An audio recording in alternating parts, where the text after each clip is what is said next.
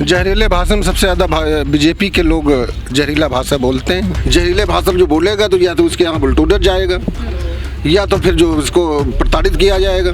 जहरीले भाषण से देश का विनाश हो रहा है, देश का विकास नहीं हो रहा है। देश का विकास करना है तो सबको गले लगा के चलना पड़ेगा, हर वर्ग को साथ लेकर चलना पड़ेगा। 2014 से ही इन सब चीज़ों का, जहरीले भाषणों का जो चलन हुआ है वो 2014 से ही हुआ है। आप उठाकर देख लीजिए पुराना इतिहास, ऐसा तो कभी नहीं हुआ था। जब इस तरीके के जब ऑन रोड आप लोग जब करते थे इंटरव्यू, तो इस तरीके का कभी भी आपने नहीं देखा होगा। इसकी उत्पत्ति सिर्फ 2014 में ही लिखी गई है। पक्ष हो या विपक्ष हो, चुनाव हो रहे हो या चुनाव आने वाले हो, उससे पहले दोनों ही तरफ से बयानबाजी, जहरीले भाषणों का आना शुरू हो जाता है। और यही जानने के लिए हम जनता के बीच मौजूद हैं और जानेंगे कौन सी ऐसी पार्टी है, कौन सा ऐसा राजनीतिक दल है जो सबसे ज़्यादा जहरीले भाषणों का इस्तेमाल करता है। तो यहाँ पर कुछ लोग हैं, उनसे बात करेंगे। क्या नाम है आपका चाचा? सुधाकर। आप क्या करते हैं? हम तो सामाजिक कार्यकर्ता हैं। सामाजिक कार्यकर्ता हैं। इन दिनों जिस तरह से चाहे पक्ष हो चाहे विपक्ष हो, जब चुनाव आते हैं या चुनाव आने वाले होते हैं, चल रहे होते हैं, उसमें कई सारे ऐसे दल हैं जो जहरीले भाषणों का प्रयोग करते हैं। आपको कौन सी पार्टी सबसे ज़्यादा जहरीले भाषणों का इस्तेमाल करती हुई नजर आती है? देखिए, हमारे हिसाब से तो वर्तमान में जो पार्टी सरकार में है वो सबसे ज़्यादा जहरीले बातों का प्रयोग करती है, समाज में नफरत फैलाने का काम करती है। और यह पार्टी केवल सांप्रदायिकता के आधार पर सत्ता में आना चाहती है। लोगों के दुख दर्द से इस पार्टी को कोई मतलब नहीं है। मतलब आप ये कह रहे हैं कि जो मौजूदा सरकार है वो सबसे ज़्यादा जहरीले भाषणों का इस्तेमाल करती है। तो क्या इससे पहले कभी कोई ऐसा दल नहीं रहा, कोई ऐसी पार्टी नहीं रही जिसने इस तरह के भाषणों का इस्तेमाल किया हो?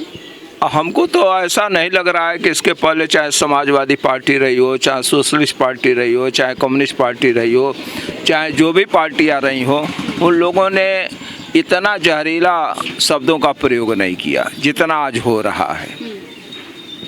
क्या कहते हैं आप? आपका क्या नाम है? शिवप्रकाश शर्मा। आपका क्या मानना है कि जिस तरह से ये बयानबाजियों का सिलसिला जारी होता है, जहरीले भाषणों का इस्तेमाल करते हैं, सबसे ज़्यादा कौन सी पार्टी है? जहरीले भाषा में सबसे ज़्यादा बीजेपी के लोग जहरीला भाषा बोलते हैं। दूसरी बात, मुद्दा ये है कि जो है बेरोजगारी का बहुत जो है। आपने कहा कि सबसे ज़्यादा जहरीले भाषणों का इस्तेमाल करते हैं, क्यों करते हैं, इसकी क्या वजह है? जिसके देखो, जिसकी सत्ता होती वो बोल सकता है। जिसकी सत्ता होती वही बोल सकता है, जिसकी सत्ता नहीं वो जहरीले भाषण नहीं बोल सकता है। जहरीले भाषण जो बोलेगा तो या तो उसके यहाँ बुलडोजर जाएगा या तो फिर जो उसको प्रताड़ित किया जाएगा। आप कह रहे हैं सत्ता जिसकी होती, तो क्या कभी दूसरे दल जब सत्ता में थे, जब उनकी सरकारें थी, तो क्या वो इस तरह के भाषणों का इस्तेमाल करते? मैंने सत्ता जो है कांग्रेस देखी, मायावती देखी, मुलायम सिंह की देखी, लेकिन इतना जनता इतना वो नहीं होती थी जितना लोगों में इसमें जितना वो है उतना और किसी में नहीं था। उसमें से कुछ नहीं होने वाला है। दूसरा मुद्दा ये है बेरोजगारी का। जो आदमी 8,000 रुपये में अपने घर 8,000 रुपये में कोई घर थोड़ी चला पाएगा। ये जहरीले भाषणों का मुद्दा नहीं है। मुद्दा है गरीबी का, किसानों का, बेरोजगारों का। ये जो है सरकार जो 8,000 रुपये में जो वेतन दे रही है, सफाई कर्मी, लिफ्ट ऑपरेटर, इलेक्ट्रीशियन, इसमें क्या अपने बच्चे कभी पढ़ा पाएंगे? क्या जिस तरह भाजपा सरकार की तरफ से बार बार ये बयानबाजी, जिस तरह मिट्टी मिला दूंगा और भी कई सारे, उससे कुछ नहीं होना है। असली मुद्दे पे आए ना, बेरोजगारी जो है चरम सीमा पे है। इस पे नहीं, जहरीली भाषा से कोई मतलब नहीं है। कम से कम ये तो देखें कि आम आदमी कितना परेशान है, किसान कितना परेशान है। हम किसान हैं, हम जो है हम ड्राइवरी करते हैं, हम 10,000 रुपये अपने बच्चों को अच्छी जो है शिक्षा नहीं दे पा रहे हैं। लेकिन ये तो कह रहे हैं कि भाई समाज में विकास हो रहा है, सब कुछ हो रहा है, शिक्षा के नए अवसर। लखनऊ में इनकी एक ईंट लगी हो तो कोई आप बता दीजिए, घूम के पूरा लखनऊ जो काम है वो मायावती को दिख रहा है, जो काम है वो अखिलेश यादव को दिख रहा है, जो काम है वो कांग्रेस को दिख रहा है। जितनी सरकारी इमारत बनी है सब कांग्रेस की बनी हुई है। इनका कहाँ कहाँ कुछ बना हुआ है। तो आपको लगता है कि ये सिर्फ जहरीले भाषणों से अब कुछ नहीं होगा? जहरीले भाषणों से कुछ नहीं होना है। इनको असली मुद्दे पे आना चाहिए, किसानों की बात सुननी चाहिए, गरीबों की बात सुननी चाहिए और बेरोजगारी की, ये सब मुद्दा हैं। बल्कि जहरीले भाषणों से कोई मुद्दा नहीं है। देखिए, कुल मिलाकर के सरकार स्वयं चाहती है कि समाज में कुछ लोग ऊंचे रहें और सारे लोग नीचे रहें। इसीलिए कहीं भी ये सरकार, चाहे उत्तर प्रदेश की चाहे दिल्ली की, सांसद निधि और विधायक निधि की जांच नहीं कराती है और उसमें 100% घोटाला होता है। कहीं कोई जांच नहीं होता है और उनका इनकम टैक्स भी नहीं कटता है। अगर कोई मास्टर तनख्वाह पाता है तो उसका इनकम टैक्स कट जाता है। और ये सरकार केवल ऑन कॉन्ट्रैक्ट ठेका पर अब लोगों को नौकरी दे रही है, 8,000 7,000। उसमें ठेकेदार काफ़ी कमा रहा है, जो इनका आदमी है। शेष लोग भूखों मर रहे हैं, न अपने बच्चों को पढ़ा पा रहे हैं, न कोई अपना विकास कर पा रहे हैं। जहरीले भाषण से देश का विनाश हो रहा है, देश का विकास नहीं हो रहा है। देश का विकास करना है तो सबको गले लगा के चलना पड़ेगा, हर वर्ग को साथ लेकर चलना पड़ेगा, हर वर्ग का विकास करना पड़ेगा, तब देश का विकास होगा। केवल मुट्ठी भर लोगों का विकास करने से देश का विकास नहीं होगा। सत्यपाल जी, जिस तरह से आजकल पार्टी हो, चाहे पक्ष हो चाहे विपक्ष हो, जितनी भी राजनीतिक पार्टियां हैं, कहीं ना कहीं सबसे ज़्यादा जहरीले भाषणों का इस्तेमाल किया जाता है।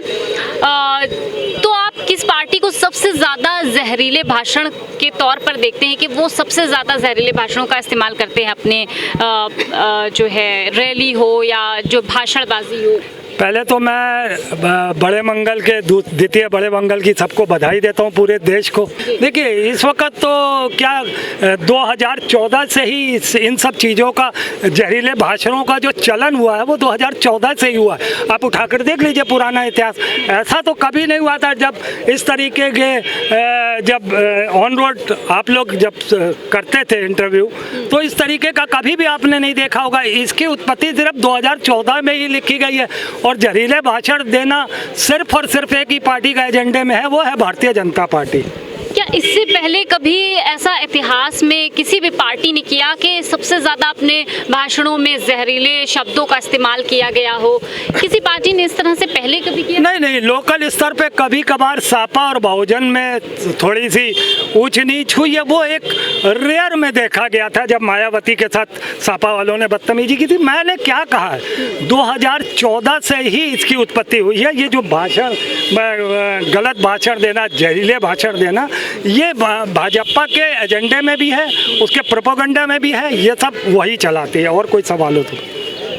अच्छा, क्या लगता है कि इस तरह के अगर भाषण देते रहे तो क्या 2024 में इसका नुकसान हो सकता है भाजपा को? कर्नाटका इसका जीता जागता प्रेजेंट में एग्जाम्पल है। कर्नाटका में क्या किया, बजरंगबली को बदनाम किया, तो क्या असर हुआ इनका?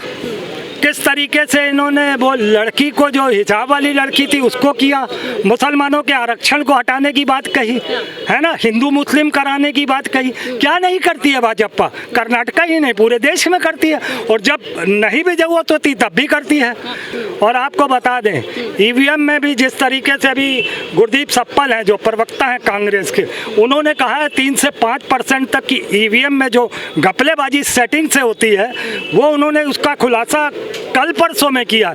और ये मेरे जहन में, मेरे शिक्षण में पिछले 2 साल से मैं कई बार ये सोचता था कि इस तरीके से कैसे हो जाता है कि ये पार्टियां जीत जाती है। अच्छा, तो कांग्रेस की जीत के बाद भाजपा वालों ने एक जो उनका मैसेज काफ़ी ट्रेंड कर रहा है, एक वीडियो वायरल हो रही है जिसमें उन्होंने कहा कि क्या ईवीएम अब सही है कर्नाटक में? जब कांग्रेस जीत गई, उससे पहले जब भाजपा जीतती है तो ईवीएम में धांधली के आरोप लगने लगते हैं। देखिए, परसेंटेज ऑफ वोट पढ़ना ही जीत का कारण बनेगा आगे भी, भविष्य में भी, क्योंकि ईवीएम में मुझको लगता है कि जिस तरीके से गुरदीप सिंह सप्पल ने कहा, और मैं भी कहता हूँ, मेरे भी जहन में ये बात रहती थी अंदर से, तो ये जो अगर परसेंटेज ऑफ वोट जो ज़्यादा एक ही तरफ पड़ेगा तो वो पार्टी जरूर जीतेगी।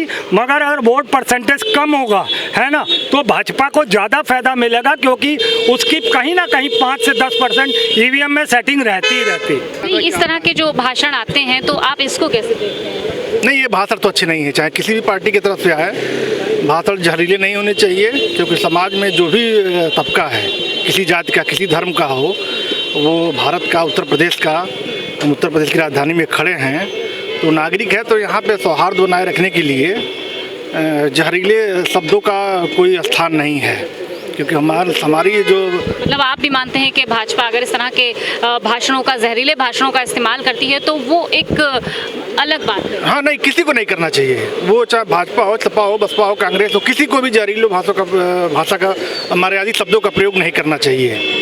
वो किसी लोकतंत्र के लिए अच्छा नहीं है। मतलब आप ये कह रहे हैं कि ये जो जहरीले भाषण हैं भाजपा की तरफ से भी आते हैं, ये लोकतंत्र के लिए खतरा है? नहीं, भाजपा की तरफ की बात नहीं मैं कह रहा हूँ। ये कुछ व्यक्ति विशेष का कभी आवेशित होने पर कोई कह दिया हो, लेकिन इसको स्वीकार नहीं किया जा सकता है। नहीं से पार्टी स्वीकार करती है, नहीं जो एक आम जनमानस है वो इसको स्वीकार करता है, क्योंकि हम भारत जो है बहुत सौहार्दपूर्ण राष्ट्र है, क्योंकि इसमें जो अलग अलग जातियां हैं और अलग अलग संप्रदाय के लोगों की बहुलता बहुत ज़्यादा है। और अगर जो आप इसके कंपेरिजन में बाहर के देशों तो देखेंगी तो यहाँ पे आपको कोई भी क्या नाम है कि उसके परसेंटेज के हिसाब से यहाँ पे अव्यवस्था आपको नहीं दिखेगी।